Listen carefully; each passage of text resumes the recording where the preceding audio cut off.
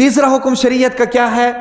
اللہ تعالیٰ نے سورۃ الحجرات میں فرمایا کہ لا یسخر قوم من قوم عسى ان يكونوا خيرا منهم ولا نساء من نساء عسى ان يكن خيرا منهن.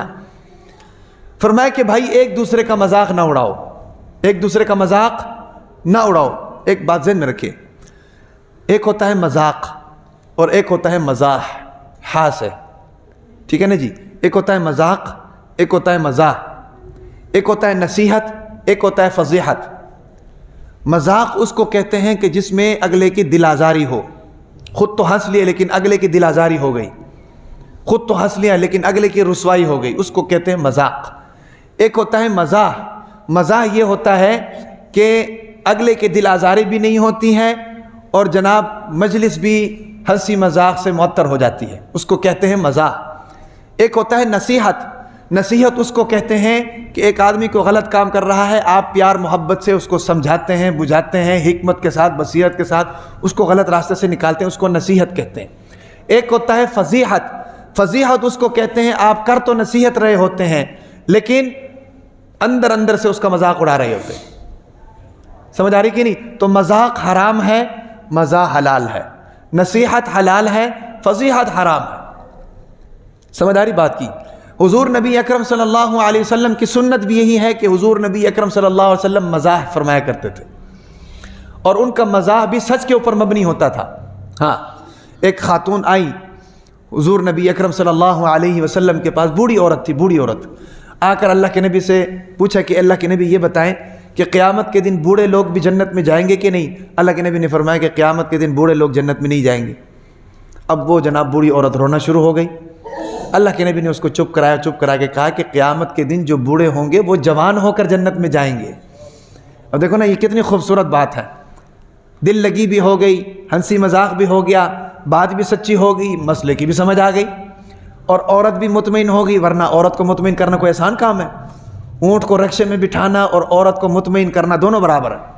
یا اونٹ کو سوئی کے نکے میں سے گزارنا اور عورت کو مطمئن کرنا دونوں جناب مشکل ہے. سمجھ آ رہی کہ نہیں؟ پتھر پر لکیر کو مٹانا اور عورت کو مطمئن کرنا دونوں برابر ہے. تو کہنے کا مطلب یہ ہے کہ تیسرا حکم سورۃ الحجرات کے اندر جو دیا ہے وہ یہ ہے کہ لا یسخر قوم من قوم، کہ کسی کا مذاق نہ اڑاؤ. اب دیکھو نا، ایک آدمی دوسرے کا مذاق اڑاتا ہے نا، وہ کس بیس پر اڑاتا ہے؟ وہ اس بیس پر اڑاتا ہے کہ یہ مجھ سے چھوٹا ہے، میں بڑا ہوں، یعنی تکبر. اور اللہ تعالیٰ نے کیا فرمایا کہ الکبر ردائی، تکبر میری چادر ہے. تکبر اللہ کے اوپر سوٹ کرتی ہے بھائی، اور تکبر اللہ کو بہت زیادہ ناپسند ہے. میں اگر کسی کا مذاق اڑا رہا ہوں نا، میں اس کو اپنے سے چھوٹا سمجھ رہا ہوں، گویا کہ اپنے آپ کو بڑا سمجھ رہا ہوں. سمجھ آ رہی نا؟ ورنہ آدمی اپنے باپ کا مذاق کیوں نہیں اڑاتا؟ باپ کو بڑا سمجھ رہا ہے اس لیے تو نہیں اڑا رہا. ماں کا مذاق کیوں نہیں اڑاتا؟ ماں کو بڑی سمجھتا ہے اس لیے تو وہ نہیں اڑا رہا. استاد کا مذاق کیوں نہیں اڑا رہا؟ استاد کو بڑا سمجھ رہا ہے اس لیے. دوسرے آدمی کا مذاق کیوں اڑا رہا ہے؟ اس کو چھوٹا سمجھ رہا ہے، اپنے آپ کو بڑا سمجھ رہا ہے. سمجھ آ رہی کہ نہیں؟ تو یہ تکبر ہے، تکبر. اور اللہ نے کیا فرمایا کہ لا یسخر قوم من قوم عسى ان يكونوا خيرا منهم. تم جس کا مذاق اڑا رہے ہو نا، ہو سکتا ہے کہ وہ تم سے بڑا ہو. اور پھر یہ ایک ایسا کام ہے، قرآن مجید کا اسلوب یہ ہے کہ قرآن مجید جو ہے مردوں کے ساتھ بات کرتا ہے، بیچ میں عورتیں خود بخود آ جاتی ہیں. یا ایھا الذین آمنوا، اے ایمان والو، مردوں سے بات کی، عورتیں خود بخود شامل ہو گئیں. لیکن یہ ایک ایسا حکم ہے کہ اس کے اندر اللہ تبارک و تعالیٰ نے مردوں کو علیحدہ خطاب کیا، عورتوں کو علیحدہ خطاب کیا. کیوں؟ کیونکہ یہ بیماری جو ہے مردوں سے زیادہ عورتوں میں ہے. لا یسخر قوم من قوم عسى ان يكونوا خيرا منهن ولا نساء من نساء، نہ عورتیں ایک دوسرے کا مذاق اڑائیں. سمجھ آ رہی کہ نہیں؟ تو یہ اتنی اہمیت کا حامل ہے، اتنی اہمیت کی حامل بات ہے. ہمارے معاشرے کے اندر یہ پایا جاتا ہے، تبھی تو یہ باتیں ہیں نا جی. اور پھر ایک اور میں بات آپ کو بتاؤں، یہ مذاق اڑانا ایسا ہے نا جی، مذاق اڑانا یہ آدمی کی عزت کو تار تار کر دیتا ہے. آدمی کی عزت کو تار تار کر. چار چیزیں ایسی ہوتی ہیں جو بہت قیمتی چیزیں ہوتی ہیں، ہر انسان کے لیے قیمتی ہوتی ہیں. چار چیزیں، یہ بات ذہن میں رکھیں. چار چیزیں ہر انسان کے لیے قیمتی ہوتی ہیں. نمبر 1 وقت، یہ بہت قیمتی چیز ہے. نمبر 2 جان، یہ بہت قیمتی چیز ہے. نمبر 3 مال، یہ بہت قیمتی چیز ہے. اور نمبر 4 عزت آبرو. یہ بہت قیمتی چیز ہے, یہ بہت قیمتی چیز ہے. ان میں سے جو وقت ہے اس کو بیچا بھی جا سکتا ہے. جان ہے یہ وقت سے زیادہ قیمتی ہے. آدمی بیمار ہوتا ہے بھئی, اپنی جان بچانے کے لیے مہینوں ہسپتال رہنا پڑتا ہے کہ نہیں, کتنا وقت قربان کر رہا ہے. کیوں؟ جان وقت سے زیادہ قیمتی ہے. اور مال جو ہے یہ جان سے بھی زیادہ قیمتی ہے, وقت سے بھی زیادہ قیمتی ہے. اپنی جان کھپا دیتا ہے, اپنا وقت دے دیتا ہے, محنت مزدوری کرتا ہے, گرمیوں کے اندر اینٹیں اٹھاتا ہے. کس لیے بھائی؟ پیسے کے لیے, حلال کمائی کے لیے, ضروریات کو پورا کرنے کے لیے, بچوں کا پیٹ پالنے کے لیے, بیوی کے نخرے اٹھانے کے لیے, گھر کے بل اتارنے کے لیے, ہے بھئی, معاشرے کے اندر ایک اچھے فرد بننے کے لیے وہ جناب سارا کچھ داؤ پر لگاتا ہے اس پیسے کے لیے. یہ تینوں کا سودا ہو سکتا ہے, لیکن آخری چیز ہے عزت, اس کا سودا نہیں ہو سکتا.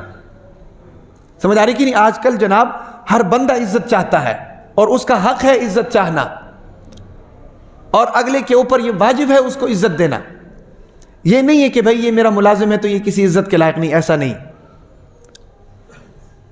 حضرت عمر رضی اللہ تعالی عنہ نے کیا فرمایا کہ ہر شخص اپنی پیدائش میں آزاد ہے, کسی کو غلام بنانے کا حق کسی کے پاس نہیں ہے.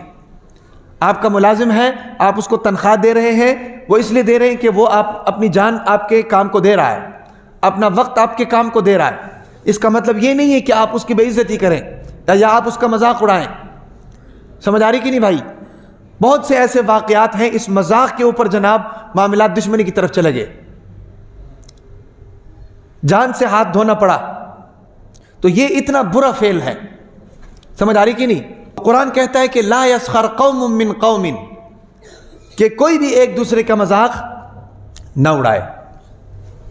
بعض مرتبہ جو ہے آدمی کس سچویشن میں ہوتا ہے, کس پریشانی میں ہوتا ہے, ہمارے ایک غلط مذاق کی وجہ سے معاملات کتنا خراب ہو جاتے ہیں. ہم تو اپنی فرحت کا سامان کر رہے ہوتے ہیں, اپنی ہنسی کا سامان کر رہے ہوتے ہیں, لیکن اگلا کس ٹینشن سے گزر رہا ہے اس چیز سے ہم بالکل لا علم ہوتے ہیں.